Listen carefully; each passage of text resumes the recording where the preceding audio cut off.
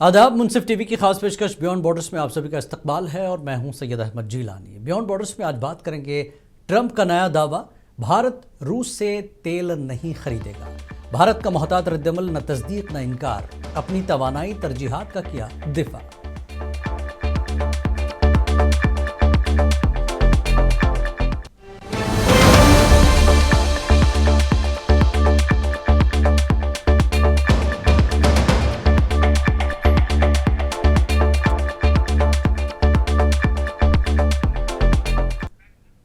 नाज़रीन, अमरीकी सदर ट्रंप का पीएम मोदी को लेकर एक और दावा कि मोदी ने वादा किया था कि रूस से तेल नहीं खरीदेंगे। लेकिन भारत ने ट्रंप के दावे पर मुतवाज़िन और उमूमी रद्दअमल दिया। भारत ने अपनी एनर्जी प्रायोरिटीज़ को डिफेंड किया है। भारत ने दावे की न तस्दीक की और न सख्ती से इनकार किया। वज़ारत ख़ारजा के तर्जुमान रणधीर जायसवाल ने कहा कि हिंदुस्तान तेल और गैस का अहम इम्पोर्टर है। तवानाई के उतार चढ़ाव वाले मंजरनामे में हिंदुस्तानी सारिफीन के मफादात का तहफ़्फ़ुज़ हमारी तरजीह रही है। वज़ीर ख़ज़ाना निर्मला सीतारमण ने तस्दीक की है कि भारत अपने कौमी मफाद के पेश नज़र ज़रूरत पड़ने पर रूस से तेल की ख़रीदारी जारी रखेगा। तो भारत ने यह बयान भी दिया कि अगर रूस से तेल खरीदेगा तो वो सैंक्शन से मुताबिकत रखने वाले सप्लायर्स के साथ होगा, यानी वो ठीक माल लेना चाहता है जो बैनुल-अक़वामी पाबंदियों की खिलाफ वर्जी न करे। जब कुछ रिपोर्ट्स आई कि सरकारी तेल कंपनियां रूसी तेल की खरीदारी रोक चुकी हैं तो सरकारी ज़राए ने इन दावों को मुस्तरद किया। बहरहाल भारत रूसी तेल को लेकर बिलवास्ता और हुकूमती सतह पर वजाहत दी कि अपनी ज़रूरियात, मार्केट की कीमत और कौमी मफाद की बुनियाद पर फैसला करेगा, न कि सिर्फ सियासी दबाव से। और वाज़ेह किया कि अभी वो खुद को ऐसे दावों का पाबंद नहीं समझते। वहीं अपोजिशन ने इससे कबल ट्रंप के रिमार्क्स पर मरकज़ी हुकूमत को निशाना बनाया था। इस अहम मुद्दे पर बात करने के लिए आज हमारे साथ ख़ास मेहमान हैं डॉक्टर फैसल और शोएब रज़ा साहब, जो कि इंटरनेशनल अफेयर्स के नज़र रखते हैं गहरी। आप दोनों का बहुत बहुत इस्तकबाल है। शोएब साहब, जिस तरह से क्या लगता है, बार बार हम ट्रंप के दावे सुनते और देखते रहते हैं, क्या वाकई मोदी ने ट्रंप से ऐसा कोई वादा किया था जो सरकारी बयान में आज आपको दिखा के इनकार भी नहीं था और ना उसको मुस्तरद किया गया है पूरी तरह से?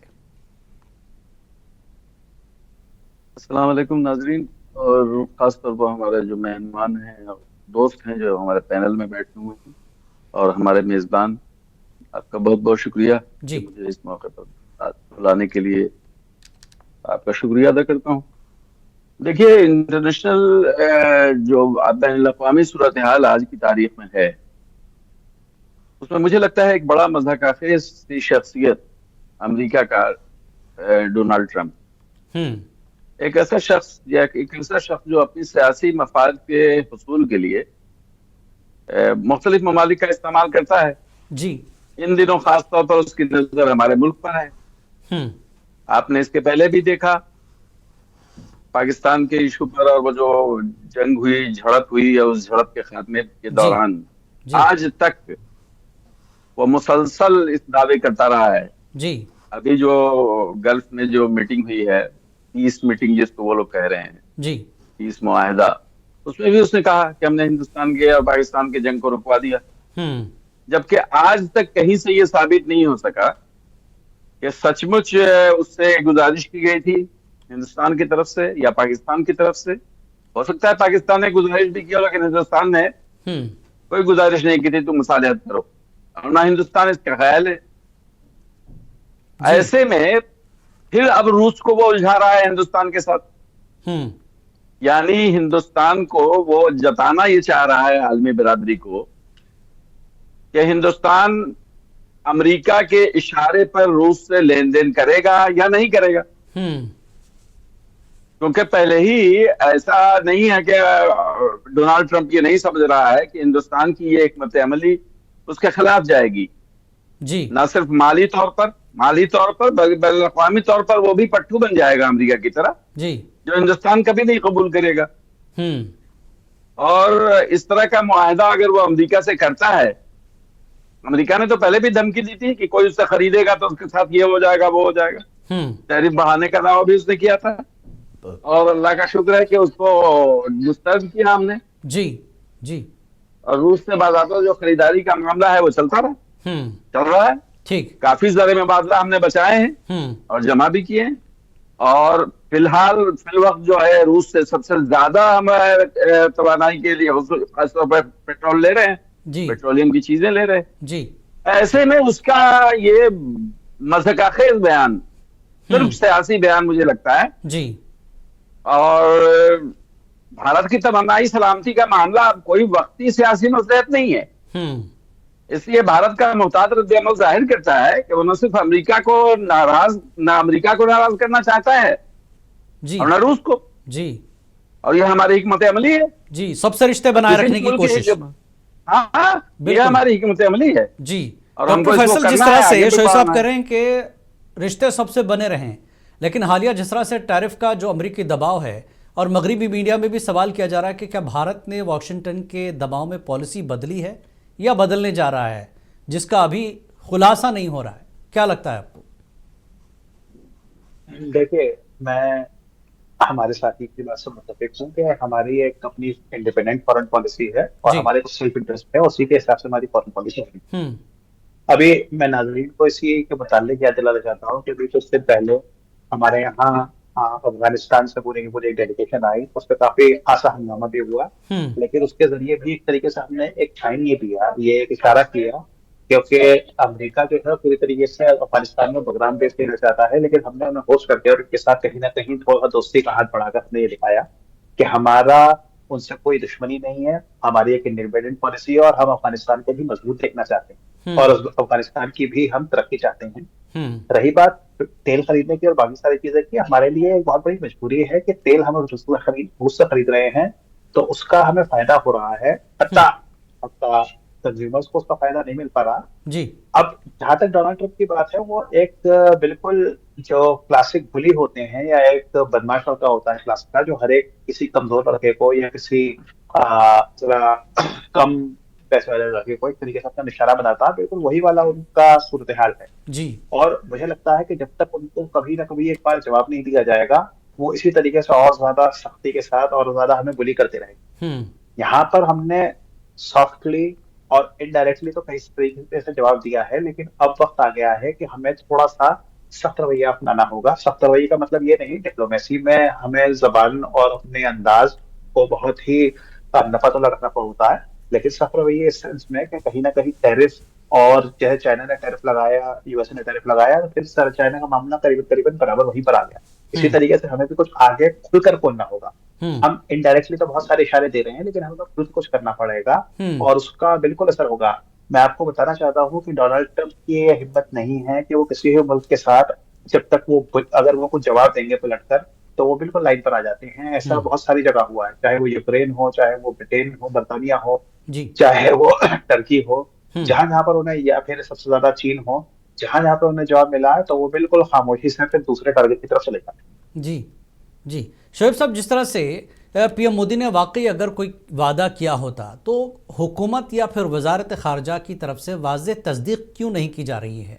मुबहम अंदाज में जवाब दिया गया है, ना इनकार किया जा रहा है, ना हम इस तरह के पाबंद हैं, ऐसी बातें। जैसा कि सोहेल साहब कह रहे हैं कि अब इस वक्त, माफ़ कीजिए फैसल साहब भी कह रहे हैं कि अब सख्त कदम, सख्त बयान होना चाहिए, क्योंकि ये भारत के अवाम की हिसाब से पॉलिसी बनती है, हमारी इंडिपेंडेंट पॉलिसी है, तो क्यों नहीं इस तरह का जवाब दिया जा रहा है?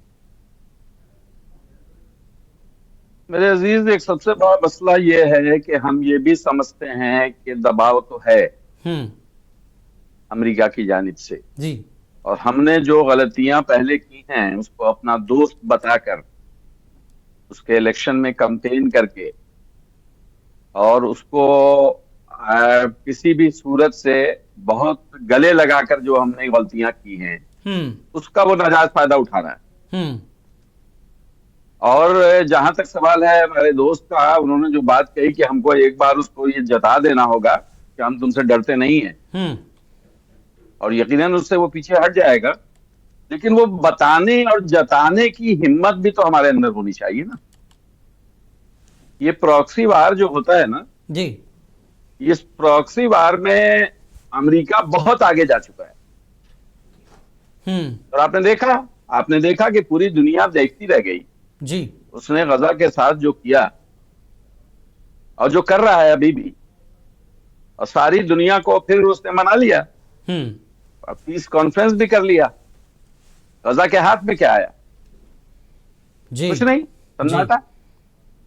तो अब तो मुझे यह भी शक लग रहा है कि ये सारा कुछ जो इजराइल में हुआ था, माफ कीजिएगा मैं उस मौजू से अलग सिर्फ आपको बताना ये चाह रहा हूं, हम अपने नाजरीन को जो ये हमारे अमेरिका बहादुर हैं, ये कुछ भी कर सकते हैं, किसी भी तरह कर सकते हैं। नहीं, तो नया जो माहौल नया सियासी माहौल जो बन रहा है, अफगानिस्तान का झुकाव भारत की तरफ, फिर पाकिस्तान का झुकाव सऊदी अरब के साथ, फिर हम रशिया से जुड़े हुए हैं, चीन, रशिया, ये एक नया जो है एक ग्रुप जो है तैयार हो रहा है। तो भारत इसको कैसे हैंडल करें? अमेरिका की तरफ रहना है और रशिया के साथ भी रहना है, अपने अपने मफादात हैं मुल्क के। नहीं, रशिया के साथ तो इस हद तक रहना है कि सदियों से हम रहते आ रहे हैं, जब से हमारा मुल्क आजाद हुआ है हम रशिया के साथ हैं, उससे फायदा तो हम उठा ही रहे हैं, इसमें कोई दो राय नहीं है। वो भी अपने को हमारा दोस्त कहता है और हम भी उसको अपना दोस्त कहते हैं। आड़े वक्त में वो काम भी आया है हमारे, जबकि ना अमेरिका काम आया है। चीन के बारे में तो सोचना ही गलत है जी। जहां तक चीन से दुश्मनी का सवाल है जी, मैं तो क्यों बार बार मैं ये बात कहता हूं कि हमारे लिए पाकिस्तान ज्यादा नुकसानदेह है चीन के मुकाबले में जी। इसकी वजह यह है कि उसकी पुष्ट पर अमेरिका है। चीन तो आज तक कभी सही से लड़ा भी नहीं ना आलमी मामले में, वो कभी दखल अंदाजी नहीं करता।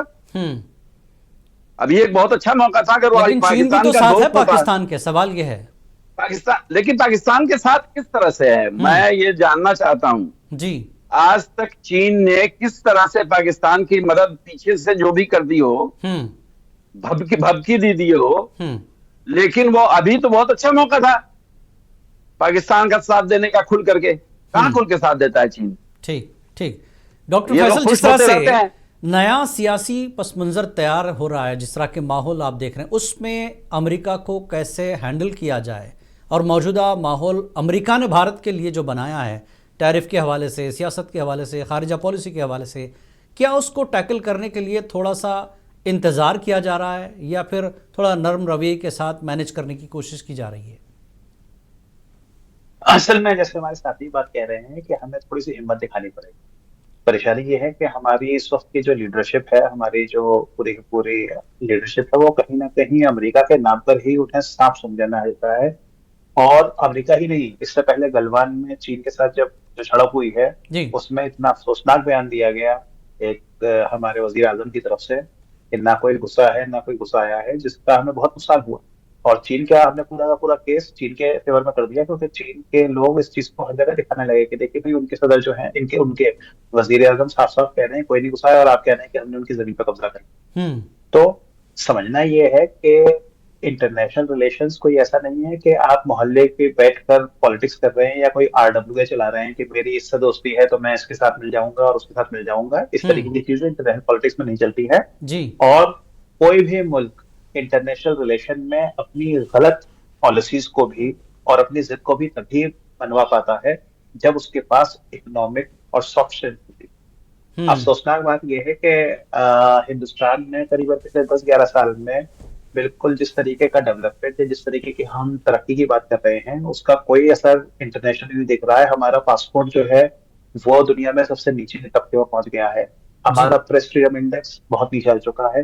तो हिंदुस्तान की जो एक सॉफ्ट पावर थी, जो बहुत वक्त से और बहुत मेहनत से हमने नॉन अलाइन मूवमेंट के जरिए से और बहुत सारी चीजों से बनाई थी, वो सीधे सीधे हमारी सॉफ्ट पावर हवा में हो गई है।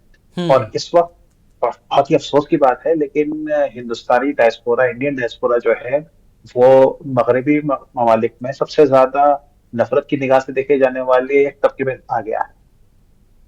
जी जी। रही दूसरी बात आखिरी बात जी, जो पंडित जवाहरलाल नेहरू ने और बाकी बहुत सारी सरकारों ने बहुत मेहनत करके और बहुत ही जोर शोर के साथ एक नॉन अलाइन मूवमेंट पूरा शुरू किया था, वो पूरी तरीके से नॉन अलाइन मूवमेंट जो है खत्म हो चुका है। और अब हम एक तरीके से बिल्कुल नीजर काइंड ऑफ रिएक्शन दे रहे हैं। कभी हम अमेरिका की तरफ हो जाते हैं, अमेरिका से डांट पड़ती है तो हम चीन की तरफ हो जाते हैं, चीन हमारी जमीन पर कब्जा कर देता है तो हम फिर से अमेरिका से उम्मीद करते हैं कि वो हमारी मदद करेगा। उसके बाद अमेरिका में डोनाल्ड ट्रंप जैसे लोग जो हैं हमारे साथ जब बदसलूकी करती है तो हम फिर से चीन को सहपिंगे बढ़ाने लगते हैं जी। लेकिन फैसल भाई भारत की जो तवानाई पॉलिसी है वो आजाद तो है, क्या कहते हैं? देखिए, आजाद देखिए, या फिर आजाद ये है, ट्रंप की वजह से सारे मसाइल है, अमेरिका की वजह से नहीं? देखिए, अगर आप हकीकी मायनों में कहें तो किसी भी मुल्क की शायद एक आधी मुल्क होंगे जिनकी एक्सटर्नल पॉलिसी पूरी तरीके से आजाद हो। पूरी हम्म। तरीके से आजाद किसी की भी पॉलिसी नहीं होती है, ये बात तो मैं मानता हूँ। हो जी। सकता है लोग उससे मुत्तफिक ना हो, लेकिन मेरा मानना ये, हत्ता हत्ता ये जरूर है कि हम पाकिस्तान की तरह और कई और मुल्कों की तरह हमें बिल्कुल डिक्टेट नहीं किया जाता। इतना हम्म। हमें फर्क है, पाकिस्तान या कई और मुल्क ऐसे हैं जो बिल्कुल ही अमेरिका के इशारे पे वो कहेंगे दिन तो दिन होगी, वो कहेंगे रात तो रात होगी। हाँ, वो चीज हमारा नहीं है वो हाल भारत नहीं के है, पास। जी। वो हाल नहीं, नहीं जी बिल्कुल बिल्कुल। नहीं है वो हाल हमारा। लेकिन हम एक बहुत बड़ी ताकत बनने का पोटेंशियल रखते हैं। हम्म। हमारी एक बहुत ही ज्यादा ग्लोरियस हिस्ट्री रही है। हमारे पास पंडित जवाहरलाल नेहरू जैसे और इंदिरा गांधी जैसे लीडर रहे हैं जिन्होंने हमारी फॉरेन पॉलिसी को पूरे के पूरे थर्ड वर्ल्ड कंट्रीज का हमें लीडर बनाया है। हम्म। अफसोस की बात यह है कि लीडर तो बनने की बात है, हम बिल्कुल फॉलोअर भी नहीं रहे। हम बिल्कुल एक कंफ्यूज फॉरेन पॉलिसी का हिस्सा बन के रह गए हैं, हम्म। जहां पर हमें ये नहीं मालूम कि हमें किन चीजों को लेना है, किन चीजों को नहीं लेना। जी। मिसाल के तौर पर जी। मिसाल के तौर पर हमारा जो इसराइल को हमारी सरकार ने सपोर्ट किया है, बहुत ही अफसोसनाक सपोर्ट था वो एक था। साथ ही साथ वो हमारी जियो पॉलिटिकल और हमारी फॉरेन पॉलिसी को पूरी तरीके से नेगेट करता था। जहां पर पूरा का पूरा दुनिया इसराइल को क्रिटिसाइज कर रहा है, हम बिल्कुल या तो एब्सटेन कर रहे हैं या उनकी तारीफें कर रहे हैं। ये एक हमारे लिए बहुत बड़ा सेल्फ गोल था। बिल्कुल। शोएब साहब, अब क्या उसके क्या बाद नतीजा जी बिल्कुल सही कह रहे हैं फैसल साहब। नतीजा जिस तरह के हवाले आपने दिए हैं उस हवाले से शोएब साहब, ये सवाल उठाया जाता है बार बार कि भारत अपनी पॉलिसी खुद बनाता है, किसी के दबाव में नहीं। तो क्या रशियन ऑयल की इंपोर्ट वाकई कम हुई है या कम करवाई जा रही है? फिर दूसरा, क्या फॉरेन पॉलिसी को नज़रसानी की ज़रूरत है भारत को कि कहाँ हमसे चूक हो रही है, कहाँ हम कमज़ोर पड़ रहे हैं, इसको रिवाइव करने की ज़रूरत है? नहीं, ये कैसे मुमकिन है? मैं ये बहुत अच्छा सवाल किया है हमारे दोस्त ने। जी। और ये सच है, हम अपना ग्लोरियस एज याद करते हैं, पंडित नेहरू से लेकर के और वो मनमोहन सिंह तक आ जाइए। जी। इस बीच तमाम मामलात में हमने अपने मफादात को तरजीह दी है। हम्म। फॉरेन पॉलिसी बनाने का जो मामला होता है वो ये होता है कि हमारी जरूरत क्या है। जी। एक वक्त था जब हमारा सिर्फ रूस ही से मसला हल हो जाता था, लेकिन रूस का जब बिखराव हुआ तो उसी के बाद से तकरीबन हम अमेरिका की तरफ झुकने पर मजबूर हुए। एक जरूरत हमारी थी। लेकिन कितना भी कुछ हो जाए, अभी का जो बयान ट्रंप का है, जी। इसको हम बहुत बड़ा मसला नहीं मानते। इसलिए कि ट्रंप हो या हमारे वजीर आजम, एक बात गौर कीजिएगा, जी। ये लोग जब अपने वोटर को मुखातिब करना चाहते हैं तो ऐसे इंटरनेशनल इशू पर बात करते हैं जिससे इनके वोटर ये समझे कि ये आलमी सतह पर सबसे बड़ा लीडर हमारा है। ये गम हमारा भी है और ये गम अमेरिका के लोगों का भी है। वो अपने वोटर को ये दिखाना चाहते हैं इस बयान से कि आलमी सतह पर हमारा असर और रसूख बहुत बढ़ गया है। ठीक है जी। ये भारत से, मैंने भारत से बात की और उन्होंने रूस से तेल लेना बंद कर दिया या कम कर दिया। ये जुमला अमेरिकी वोटर्स के लिए सियासी नारा ज्यादा है। हाँ, सफारती हकीकत ये नहीं है। ये दुनिया भी जानती है और हम भी जानते हैं। बिल्कुल। लेकिन ये क्या किया जाए कि ये ऐसे लोग बैठ गए हैं इक़्तिदार आला पर, ये लोग अपना बयान देते वक्त ये सिर्फ उनके सामने सिर्फ वोटर्स होते हैं और हम बहस करने लगते हैं कि भाई तो इंटरनेशनल मामला हो रहा है। अभी बताइए ना, अभी नोबेल इनाम वाला मामला ट्रंप का, जितनी भाग दौड़ उसने की है नोबेल इनाम लेने के लिए, इतनी भागदौड़ क्या इसके पहले कभी हुई? किसी ने की? नोबेल इनाम मिलता था, लोग साइड हो जाते थे। लेकिन ये तो प्राइस कहीं और पहुंच गया। हाँ, पागल बना दिया पूरी दुनिया को जी। और अभी देखिए उछलते हुए ये हमारे जो वजीर आजम है पाकिस्तान वाले जी, वो स्पीच मीटिंग में उछल पड़े। अगले साल के अगली बार जो वो नोबेल प्राइज मिलेगा उसके लिए भी रिकमेंड कर दिया ट्रंप को। तो ये जो हालात है, हालात को मैं मज़ाक़ खेज, ऊट पटांग, बहुत अच्छा लफ्ज आपने इस्तेमाल किया जी, ये ऊट पटांग से बयानात हैं। न इनको फॉरेन पॉलिसी का इल्म है, न इनको यह पता है कि इसका क्या असरात होंगे आलमी सतह पर। मैं दुनिया का सबसे बड़ा चीफ हूं जी, और वो होता है ना, बहुत अच्छा, हमारे दोस्त अभी कह रहे थे जी, कि जो हमारे यहाँ पहले होता था ना बम्बई में, वो अंडर डॉन, जो अंडर ये रहते थे, जी अंडरवर्ल्ड के जो डॉन होते थे, जी वो उसी तरह की हरकतें ये लोग कर रहे हैं।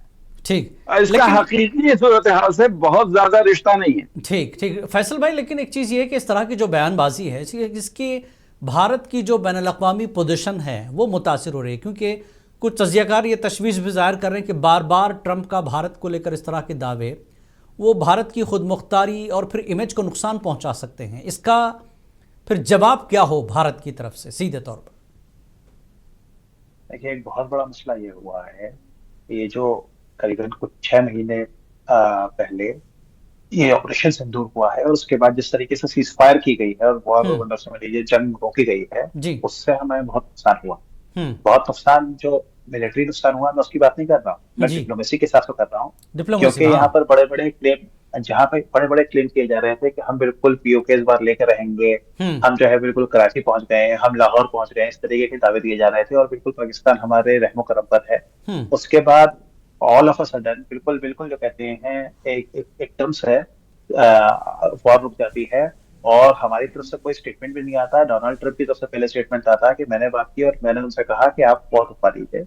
हम्म वहीं पर हमें कहना था, और वहीं पे हमें खुलकर कहना था कि ये वॉर हमने अपने कहने पर रोकी है, हमने अपने हिसाब से रोकी है और अपने टर्म्स पर रोकी है। हम्म डोनाल्ड ट्रंप या किसी भी फॉरेन कंट्री का इसमें कोई हाथ नहीं था। हम्म लेकिन हमारी तरफ से हुआ क्या, हमारे वजीर आजम खामोश रहे। जी हमारे वजीर खारजा जो हैं, उन्होंने बहुत ही अपनी कमजोरी दिखाई, और वजीर खारजा जो आजकल लेजर आई मिनिस्टर माने जाते हैं और रील्स में हर जगह दिखाई देते हैं, हम्म वजीर खारजा ने उसके बाद जो भी इंटरव्यू दिए, उसमें उन्होंने इतना कमजोरी से और इतनी गलत तरीके से पेश किया कि मुझे बड़ा ताज्जुब होता है कि एक आदमी जिसने फॉरेन सर्विस में इतना टाइम दिया हो और जो खुद पूरा करियर उनका इसमें गुजरा हो, वो इस तरीके के डिजास्टर कैसे कर सकते हैं, ये ताज्जुब होता। हम्म अब उसके बाद मुझे लगता ये है कि कहीं ना कहीं अमेरिका को ये समझ में आ गया कि ये एक बैकफुट पर हैं, और हम कुछ भी कहते रहेंगे और इनके बारे में कुछ भी तरीके की बयानबाजी करेंगे, उनकी तरफ से कोई रिटेलिएशन नहीं आएगा।